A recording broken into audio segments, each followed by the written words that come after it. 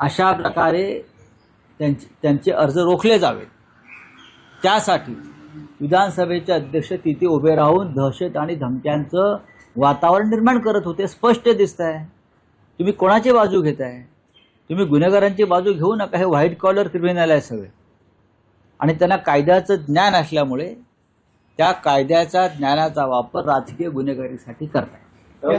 यंदा प्रचारामध्ये उद्धव ठाकरे हे सभांपेक्षा शाखा भेटीने जास्त भर देत आहे का? कारण की सभा ज्या आहेत त्या तोप धडाडायच्या, मात्र आता यंदा शाखा भेटी जास्त नाही, शाखा भेटी ही सुद्धा एक सभा। त्या कालचा तुम्ही जर शाखा भेटी पाहिल्या असतील तर प्रत्येक शाखेच्या बाहेर एक सभा झाली आहे।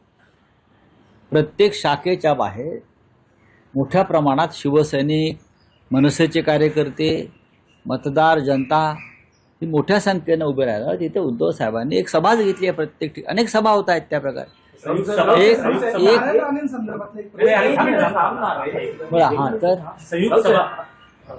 उद्धव ठाकरे शाखांना भेटी देत आहे।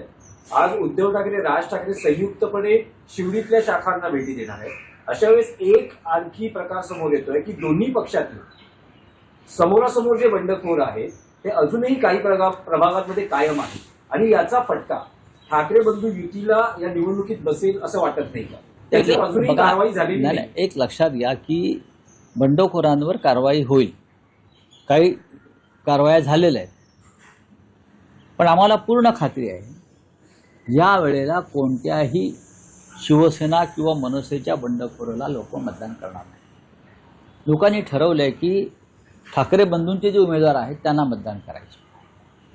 मतदार गद्दारी करणार नाही। जरी काही बंडखोरांनी स्वतःला बंडखोर समजून घेतला असेल तरी ते गद्दार, निष्ठा वगैरे बघा, अनेकदा राजकारणामध्ये किंवा निवडणुकीच्या राजकारणामध्ये अशा घडामोडी घडतात की एकापेक्षा जास्त उमेदवार असले आणि ते त्याच मेरिटचे असले तरी उमेदवार एकालाच मिळतो। याचा अर्थ ते 3 उमेदवार उरलेले 4 उमेदवार हे कमी क्षमतेचे आहेत असं होत नाही, पण उमेदवार एकाला मिळतो।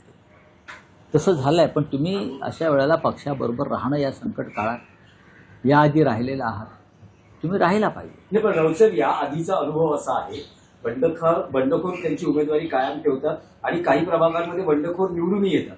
भले कारवाई झाली तरी त्यांना पक्षात परत घेतलं जातं।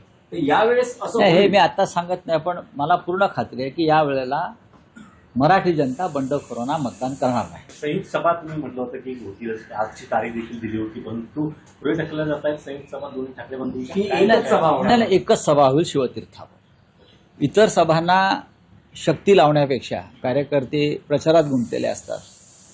ही निवडणूक वेगळ्या प्रकारच्या लोकांपर्यंत पोहोचणं गरजेचं आहे।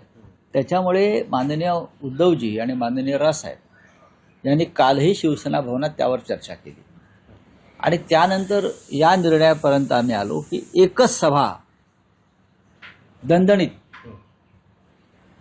ही शिवतीर्थावरच घ्यावी, ते योग्य ठरेल। मुंबईबाहेर ठाण्यात एक सभा होईल, कल्याण डोंबिवलीमध्ये संदर्भात चर्चा सुरू आहे, नाशिकला होईल, संभाजीनगरला स्वतः उद्धवजी करतील, नाशिकला संयुक्त सभा होईल। राऊत सर, याआधी बघितलं तर आचारसंहितेत नामफलक किंवा श्रेयांचे फलक झाकले जात होते आणि आचारसंहितेचे काही नियम होते, पण यंदा एका बातमीत वृत्तपत्राने एक बातमी दिली आहे की कुलाब्यात जो बाळासाहेबांचा पुतळा आहे तो हिरव्या पडद्यांनी झाकला गेलेला आहे। तर बाळासाहेबांचा धाक आजही कायम आहे। बाळासाहेबांची भीती ही देवेंद्र फडणवीस, एकनाथ शिंदे यांच्या मनामध्ये जे बसलेले आहे ते भले काही बोलत असतील हो, हिंदुहृदय सम्राटांचा विचार, आचार, पण मुळात तुम्ही त्यांची जी भीती मनात तुमच्या आहे त्यातून हे तुम्ही बाळासाहेब ठाकरेंचं, बघा बाळासाहेब ठाकरे हे राष्ट्रपुरुष आहेत। ते आता काही एका राजकीय पक्षाचे नेते राहिलेले नाहीत ना, त्यांना तुम्ही राष्ट्रपुरुषाचा दर्जा दिल्यावर तुम्ही गांधींचा पुतळा झाकलाय का?